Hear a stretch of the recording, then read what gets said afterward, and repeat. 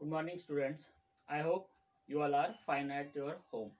So, today, as we have started earlier, chapter number 17 of standard 9, that is Introduction to Biotechnology.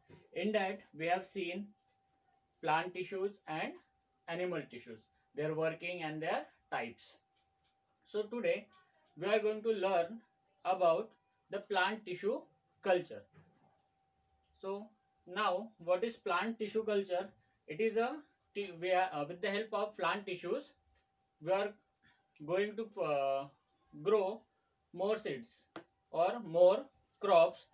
We are going to see this topic in a with the help of PPT, that is known as PowerPoint presentation. So now we are going to look what is plant tissue culture. A plant tissue culture, it is a technique of growing plant cell, tissues, organs, seeds or other plants part in a sterile environment on a nutrition medium. Next is, what are the fundamental principles of PTC? PTC is known as plant tissue culture. PTC is depends on totipotency, that is, it is the ability of a plant cell to regenerate into a whole plant. It means that from a small part of a small part of a body of a plant, we generate a whole new plant. Next one is a plasticity. What is plasticity? It is the ability of plants to alter their metabolism, growth and development to best suit their environment. Next is explant. What is meant by explant? Plant tissues cultures are generally initiated from multicellular tissue fragments. What we can say that with the help of multicellular tissues or fragments, we initiated plant tissue called explant, obtaining from the living plants. For explants may originate from a wide range of plant tissues, such as we can take the tissues from the leaf, stem, root, petiole, cotyledon, embryo or the meristems. These are the parts of the plants. So now how to select the explant? The explant is selected is either haploid or a diploid explant. So now what is haploid and what is diploid? Haploid, it is nothing but a parent cell and a diploid is nothing but a child cell. We can take directly a parts of a plant from a parents as well as from a child plant. Second, the plant growth can be achieved in two ways. We can achieve the plant growth in two ways. First is shoots directly by appropriate media and second is by somatic embryogenesis. So now we'll look about the diagram. See, here is a plant and there is a leaf. So excited piece of a leaf. From that we get cells, that is isolated cells. Now we'll move toward the culture media. Explants are then usually placed on the surface of a solid culture medium. After taking the part of a plant, we place the part into a solid culture medium, but sometimes we have to place directly into a liquid medium when cell suspension cultures are desired. Now culture media are generally composed of inorganic salts plus a few organic nutrients, vitamins and plants hormones. As we seeing in the diagram, there is a part of a plant, that is explant, and we have put it in a solid medium, and then we are looking here that the tree grows from a plant. Now as its culture grows, pieces are typically sliced off and transferred to a new media, that is known as subcultured, to allow for the growth or to alter the morphology of the culture. Now what is next? Next slide is of plant tissue culture, types of PTC. There are many types of PTC. First one is a seed culture, second is meristem culture, third is protoplast culture, fourth one is organ culture, next pollen culture, callus culture, cell culture and embryos culture. These are all the types of PTC. Now we are going to look the next part, that is with the help of plant tissue culture how we get into green revolution. So students, that is all about plant tissue culture, and now we are going to learn the plant tissue culture with the help of a following video. Plant tissue culture. Cutting and grafting are the improved methods of natural vegetation propagation in plants. In 1902, G. Haberland noticed that the plant cells can be grown in synthetic media. The discovery by Haberland that the plant cells have the capacity to grow in a nutrient medium in presence of sufficient light made an impact in plant propagation and crop improvement. The ability of a plant cell to give rise to a whole plant is called totipotency. The cell and tissue culture techniques have taken the method of asexual reproduction in plants. In this method, instead of taking cuttings from a plant, a cell or a few cells or a tissue is taken from a plant and cultured in suitable containers in which nutrient medium is present. The portion of the plant that is taken as the desired plant is referred as explant. By this method, thousands of plants can be produced from a single desirable parent in one generation. These techniques require maintenance of sterile conditions in the medium. The explant needs to be sterilized before it is introduced into the medium.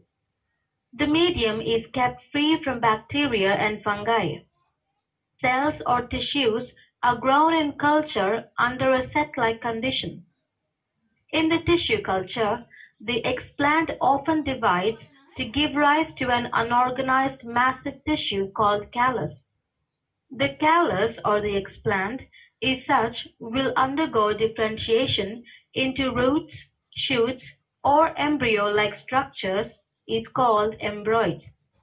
This differentiation is dependent on the concentration and combination of the plant's growth substances like auxins, cyanins, gibberellins, etc.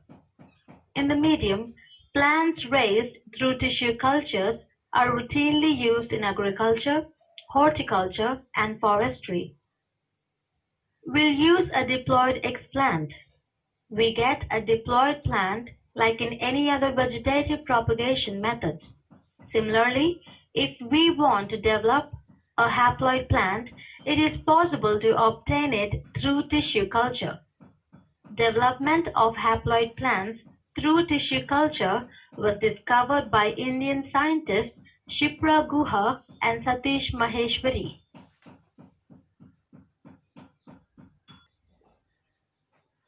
So students, now we are going to learn about the green revolution. What is green revolution? The green revolution was a period when the productivity of a global agriculture increased and drastically as a result of a new advances. It means from a traditional way we come up to a new advanced technologies. During this time of period, new chemical fertilizers and pesticides were created. What it has done at the time of green revolution, many new chemical fertilizers and the pesticides have come into the market. The chemical fertilizer made it possible to supply crops with extra nutrition and therefore the increase yields.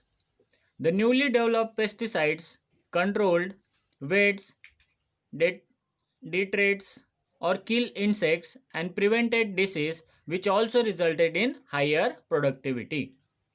Next is that the green revolution was developed in India, headed by Dr. M.S. Swaminathan in India at the time of Srimati Indira Gandhi's government.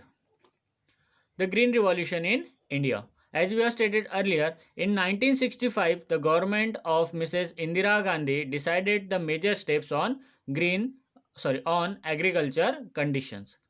Thus, the Green Revolution was applied to the period from 1967 to 1978, basically in the part of Haryana and Punjab. What in India, the Green Revolution was established in 1967 to 1978, and basically it is applied in the part of Haryana and Punjab only.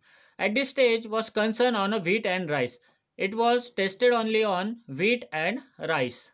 Dr. M.S. Swaminathan from Indian lead Green Revolution as a project. Now, in this diagram, it is a traditional way of farming. Now, the method used in Green Revolution. Which are the methods we have used in Green Revolution? The first is multiple cropping system. From this method, what we come to know that in India there are two monsoons, but the Indian farmers are only taking the crops only in first monsoon, that in a rainy monsoon or a rainy season. After coming of Green Revolution, the Indian farmers are able to take multiple crops at a different seasons, like kharif crop and a rabi crops. Next is seed with superior genetics, means we come to after the Green Revolution there are the seed provides many genetics in it. Then proper irrigation system, then HYV seeds, pesticides and fertilizers, means after Green Revolution we get many new fertilizers and the pesticides to improve the productivity or to get growth in the plant. We have many modern machines for ploughing and for harvesting the crops. The expansion of farming areas, it is increased in the expansion of farming areas. Now see, this is the diagram where new machines are invented, different types of crops we have taken, many fertilizers and pesticides are developed. Now the effects of Green Revolution. The first effect is increase in production. What effects we get from a Green Revolution? The first one is increase in production. Second, the capitalistic farming. Third, rural employment. Fourth, import of food grains. Fifth is development of industries. As we have more production of crops, then we get many industries. So after for with the help of Green Revolution we got development of industries. It directly related to the economical growth of our country. And the next one is the thinking of farmers. Thinking of farmers has been changed with the help of Green Revolution. That first before Green Revolution we only take one crop in a season. Now we are taking many, as per the monsoon we are taking the production of crops. See, this much crops we are taking now: sunflower, vegetables, grains, wheat, rice, etc.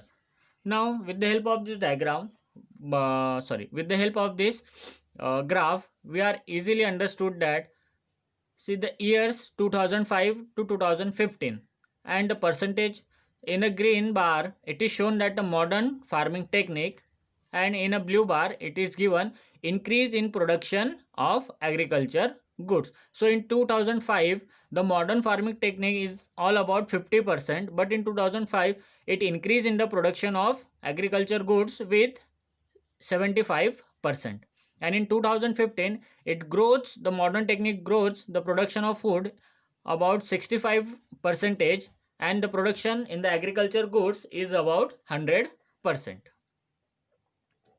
Now the issues regarding Green Revolution.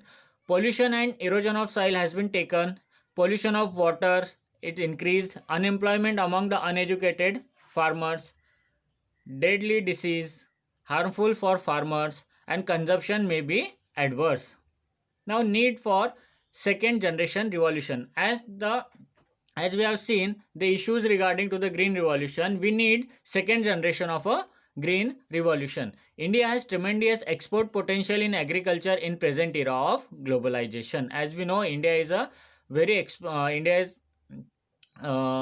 India is second in the world for a production of crops. Now in second Green Revolution, emphasis should be laid on non-fruit grains, improving global market opportunities, improving rural infrastructures, and improving rural roads and electrifications. So what we can say that the green revolution is the best solution to arrest the pollution. So students, what we have learned today? We have learned today about the plant tissue cultures. We have seen how plant tissue culture take place with the help of a video, and after that we have seen the green revolution, that how plant tissue culture helps in the growth of a production of a crops to a farmer, as well as the economical growth of our country. Thank you.